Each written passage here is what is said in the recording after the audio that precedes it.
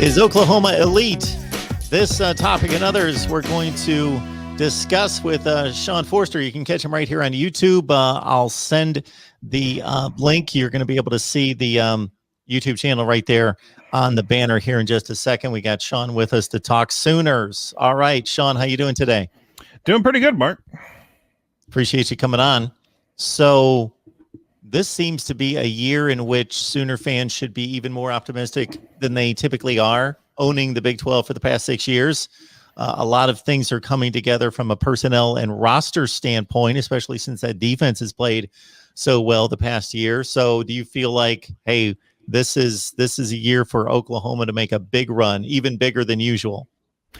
Well, if it's not this year, I don't know when it's going to be. I'm not saying they can't do it years past this one, but this year kind of feels like, if you're an OU fan who's been following the team for the past few years, this past season kind of feels like 2016.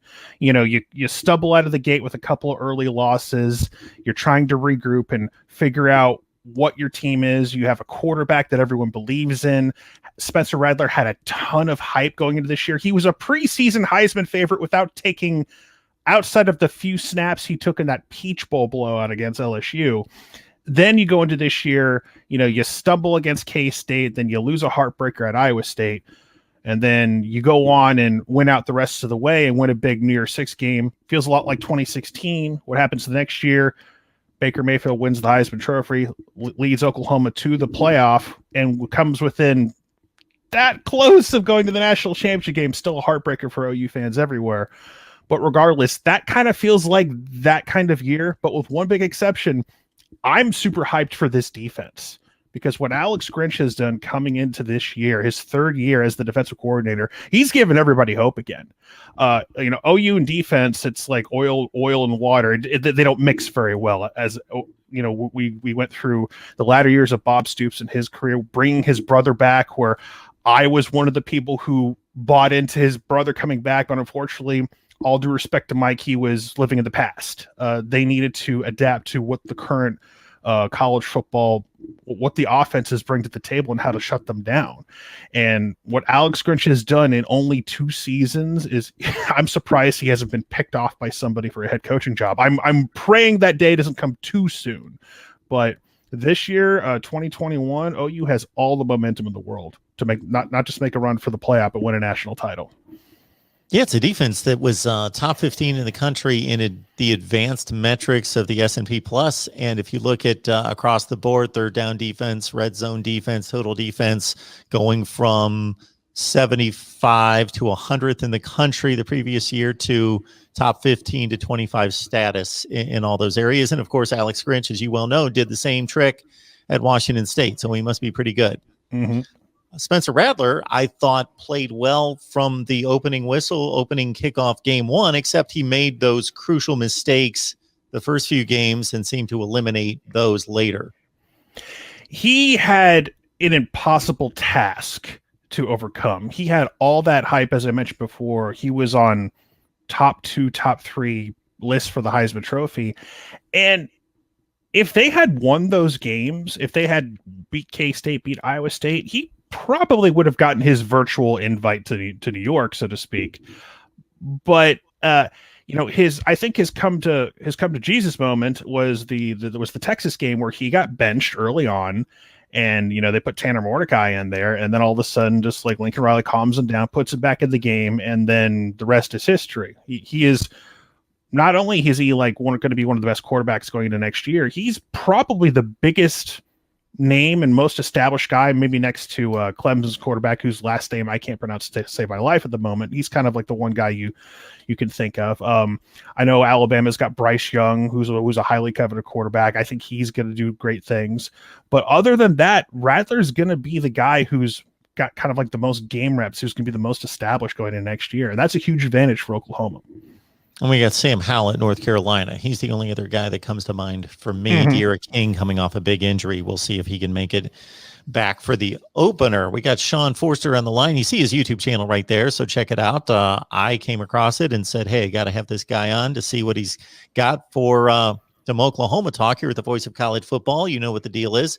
Please like the videos, share the videos out on social media. People out there don't know that we're here talking college football every day. And of course, subscribe, hit that bell for the notifications. That way you know when we're going live.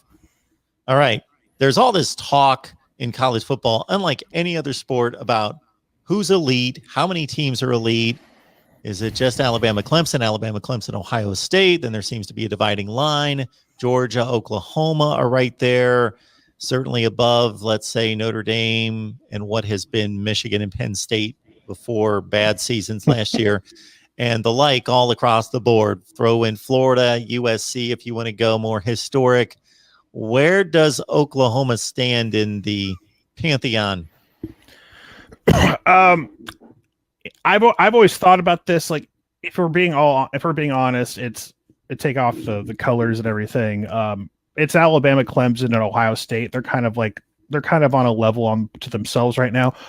In my opinion, Oklahoma is on a level by themselves. I don't think there's anyone else next to them at the moment, because how many programs, like, they do the same thing as Clemson. Like, it's Oklahoma and Clemson who have won their conference, 5-6 years straight at this point. No one else has done that. Not even Alabama, not even Ohio State. You've had back-to-back Heisman winners, back-to-back, quarterbacks going number one in the draft, and then you throw Jalen Hurts in there, who Alabama gets credit. It's a shared credit with Alabama as well, but I would argue Lincoln Riley is the reason he got picked in the second round. And then you have just consistent playoff appearances. So I think if Oklahoma had at least 1 or 2 playoff wins under their belt, that they would be on that same Pantheon, but they're kind of on a level just lonesome. They're almost right there. I think once they start putting more defensive players in the league and just winning a few playoff games here and there, they will be on that top level as well. Sean, how do you distinguish that ranking versus an all-time ranking? As in greatest programs ever? Yes.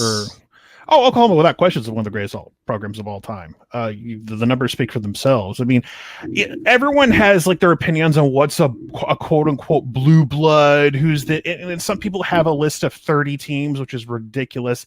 I think at the end of the day, some people have 8, but there's really 5 programs all time in no particular order. It's Alabama, Ohio State, USC, Notre Dame, and Oklahoma. Those are your 5 greatest ever. And people are going to say, what about Michigan? What about some of these other schools?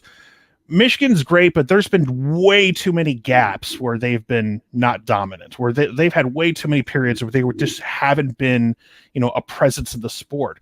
Notre Dame lately, Brian Kelly is the best coach they've had since Lou Holtz, and they need to do everything they can to hold on to him. But Notre Dame is kind of, they're Coca-Cola. They've been around forever. They're just a branding. Like when you're a part of pop culture, you just kind of don't go away.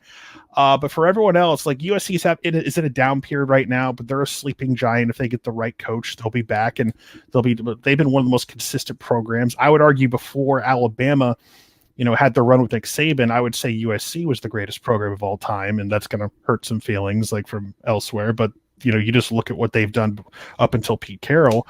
Alabama speaks for themselves. Like, they no longer have to claim fake national championships. They have real ones now they can claim. They don't have to like double up anymore. And Ohio State has been great for, ever since the days of Woody Hayes. So,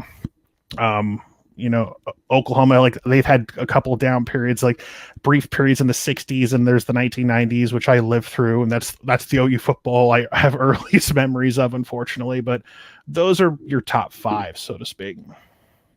Okay, so you mentioned Texas to an earlier question, but you left them out here, and this is hurting their feelings and hurting a lot of egos out there because of the Texas brand. But of course, they've been just marginal, mediocre for 10 years now, 10, 11 years. So Texas doesn't quite make the list.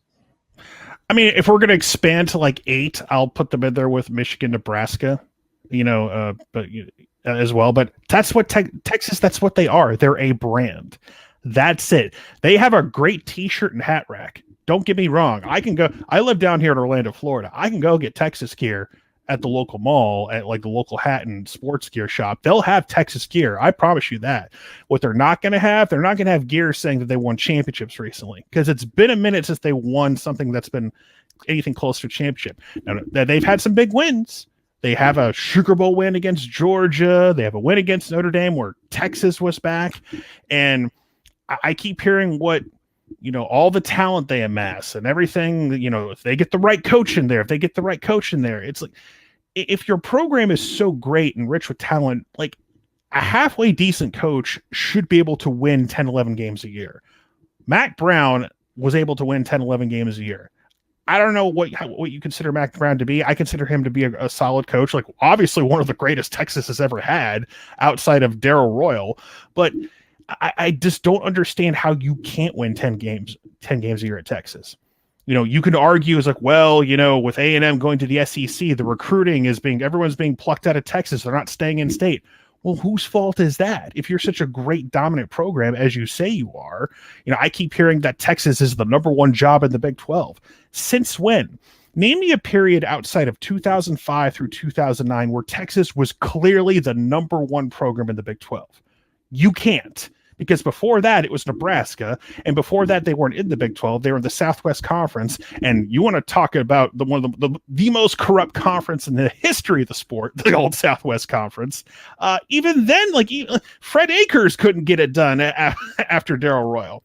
And the last thing I say, the greatest run in Texas history, it took a former Oklahoma quarterback to get it done there. So...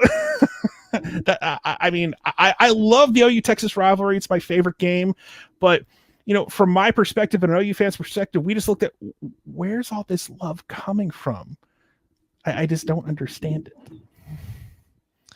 Gus Malzahn left Auburn. Of course, he was ousted and then took over the UCF job, and he made the comment about UCF being one of the top 20 jobs in the country. So if we look at the Big 12, how would you rank the jobs in the Big 12? Because that 80 to 90% of the people out there that follow college football would say your chief rival owns the best job in the conference. Yeah. If we're talking about Oklahoma is the best job in the Big 12 because you still have the same access to all those Texas high school football recruits that are coveted every year. So it's not like taking a trip across the Red River is that difficult for guys, especially in the Dallas-Fort Worth area. After that, I'll put Texas. Sure, Texas will be in the top 5 in the Big 12. I know that sounds crazy to say, but look what Matt Campbell's doing at Iowa State. Matt Campbell has had at least 2 opportunities to take a better job, and he's staying there, and he's building something impressive in Ames right now.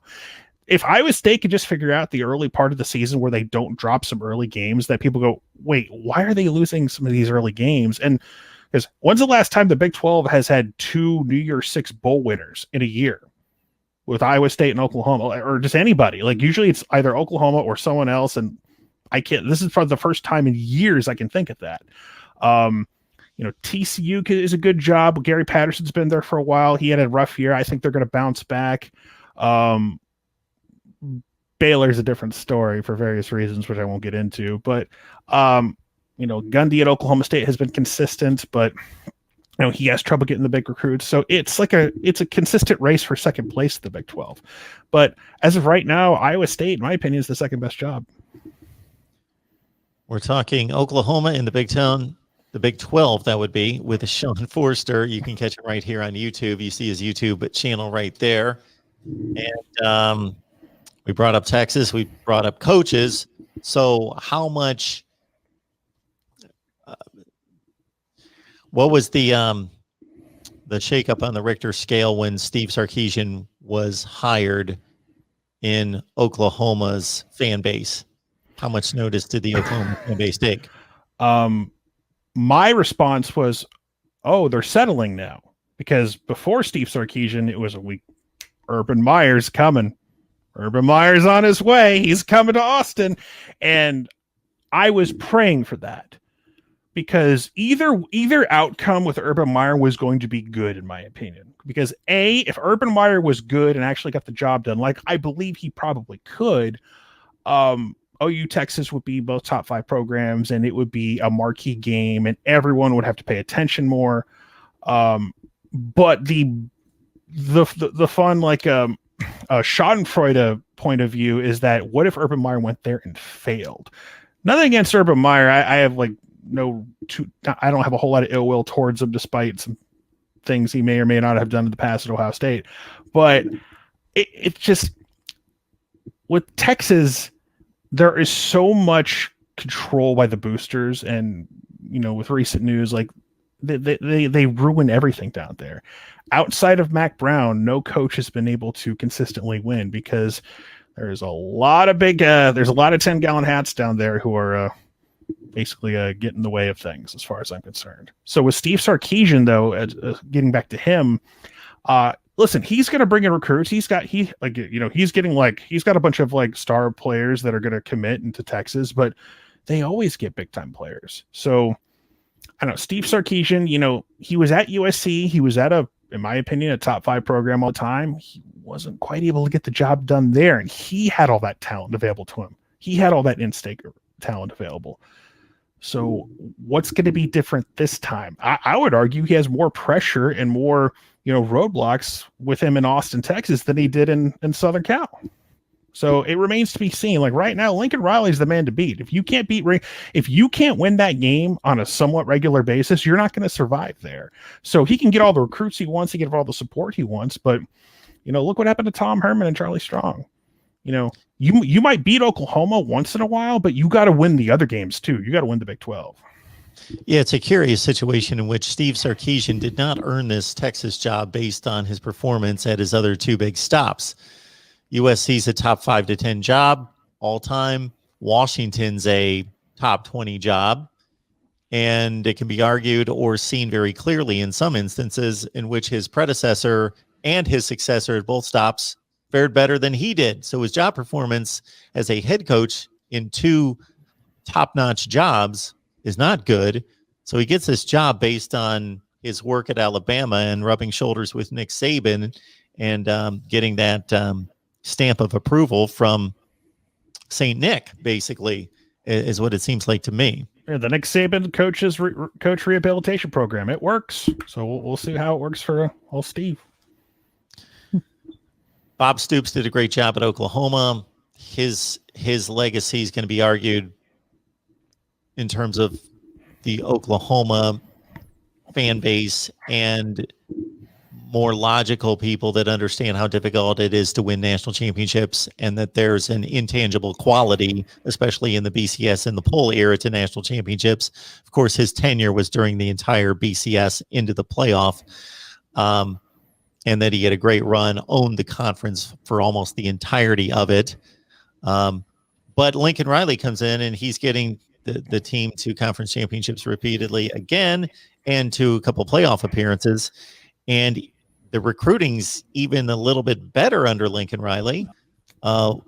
What's the state of recruiting, and is it good enough to get the program that last rung up the ladder?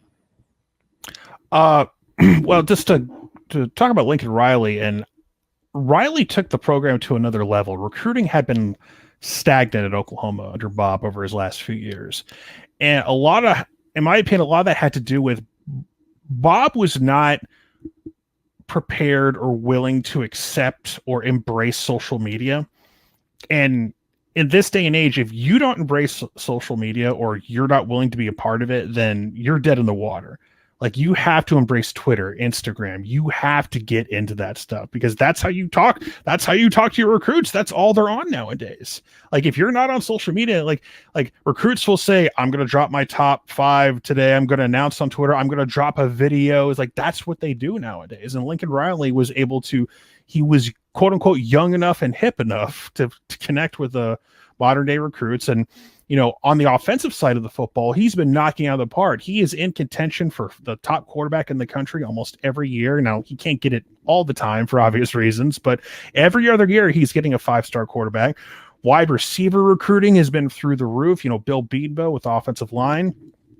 And, just over the past couple of years, Alex Grinch has started to finally get some of those big time blue chip talents, like those really critical rivals 250 guys. And Oklahoma is slowly starting to get into the hunt of those, top 30, top 50 defensive players. They're not winning every battle yet, obviously, but they're at least in the conversation now. And that's where you got to start. They lost a few battles with Barry Alexander and Tyson Ford on a whim, who was going to commit to OU, just decided to go to Notre Dame last second commit. But still, just the talent they brought in this past year, like Kelvin Gilliam, for example, Clayton Smith. Clayton Smith is getting a lot of buzz early on. And, I know it's winter workouts with like everyone's in helmets and shorts, but, more than one person is saying, watch out for Clayton Smith. He's going to be rotating with Nick Benito on the outside. And if you like pass rushing, you're going to love Clayton Smith. So they're starting to get the guys. And also in the secondary, you're seeing you're seeing the fruits of labor with like guys like Woody Washington, and they're starting to improve in safety. They got transfers like Keyshawn Lawrence from Tennessee, JUCOs like Justin Harrington, who would have contributed last year, but had an ACL injury literally like second day of fall camp. So secondary is getting bigger. Defensive line is nearly 3 deep across the board. Linebackers are starting to get there. So the talent is on campus right now, and they're continuing to bring in more guys. So if you're sick of Oklahoma being in the playoff, I'm sorry to say they're going to be there for quite some time, as long as this staff remains together. It's an exciting time for the Oklahoma fan base. They are stoked for 2021, certainly, with the recruiting being what it is, the personnel coming together on the roster for the 21 team, losing maybe just Ronnie Perkins, Trey Brown, a couple key pieces here and there, offensive line, Creed Humphrey, and so forth. But altogether, yeah, it's about as stacked a team as you see in the nation. And we got Sean Forster on the line to break down Oklahoma football. You can catch him on his YouTube channel. You see the name right there, Sean Forster, Talking Sooners. Anything that we missed that you need to get off your chest? No, just Oklahoma football is getting ready to go into spring ball and get better. And meanwhile, our rivals are worrying about a school song. So, that's right. They are worried about a school song. Oh, Lord. Something tells me that you've got some perspective on this. So Oklahoma's no stranger to having on-campus controversies. If you go back just about 7-8 years ago, we had the SAE incident, right? And, we had, I won't go into details, but one frat member said something very bad, got caught on video saying it, and the Oklahoma administration were swift to act, and they removed the problem. They were not going to lose the football team. Down in Texas, it's a little more complicated because, the Eyes of Texas is like one of the long-standing traditions. I've been to many OU Texas games. I've heard it. We like to make fun of them. We like to sing "I've been working on the railroad" just to mock them a little bit, because that's the tune. It's "I've been working on the railroad." But the Eyes of Texas is one of those like school songs where, if you really break it down, it's one of the creepiest like school songs you'll ever hear. It's about we're watching you, we're stuck. It's like we're stalking you in the night, and there are some little racial undertones to it. If we're all being honest, if you look into the history of the song, we have to like look ourselves in the mirror when we say that. Like the equivalent to that for Oklahoma is the OU chant, where it's about joining together. We're proud of our campus. We're proud of our school colors. We're beneath a western sky. Everyone's united together as one. There's no undertones there. My suggestion is that, first of all, some of the big 10-gallon hats need to, be grown-ups, and let's have an open conversation about it.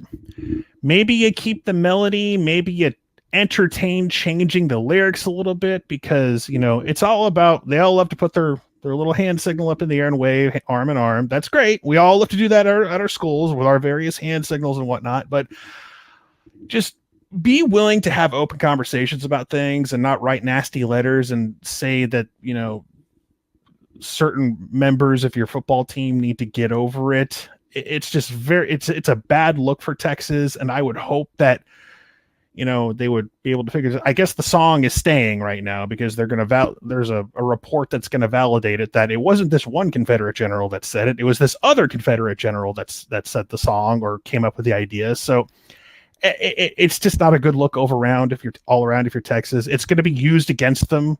I don't know if Lincoln Riley's going to do it, but everyone else beneath them is going to be using against them. Do you want to go to that place where they validate that song that came from? It's going to happen.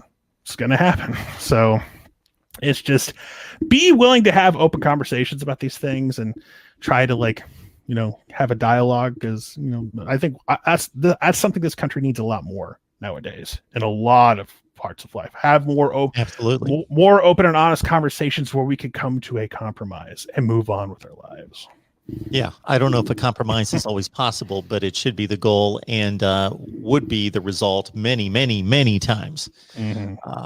I will say that whether it be the transition from Mac Brown to Charlie Strong to Tom Herman, and now to Steve Sarkeesian, there is no other job in the nation when there is an opening that the political undertones, and I'm not talking about political meaning racial, social issues, but just boosters, alumni, money getting involved and in the way, like Texas. You don't hear this with other big job openings, but when the Texas job becomes open, there is this baggage that comes with it. Like when Charlie Strong was hired, we heard the name of a prominent Texas booster make some very questionable comments, and it was a story all week on every sports show.